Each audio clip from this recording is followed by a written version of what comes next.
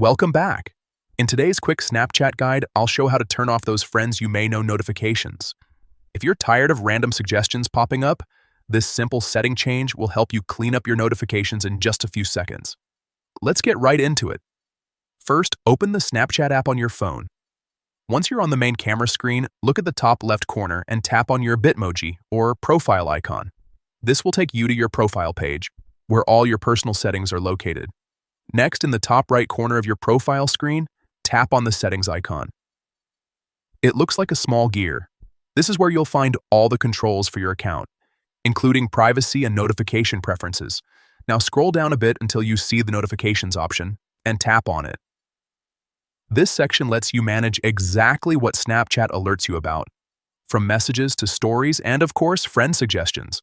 Once you're inside notifications, look for the option labeled Friend Suggestions. When you find it, simply uncheck or toggle it off.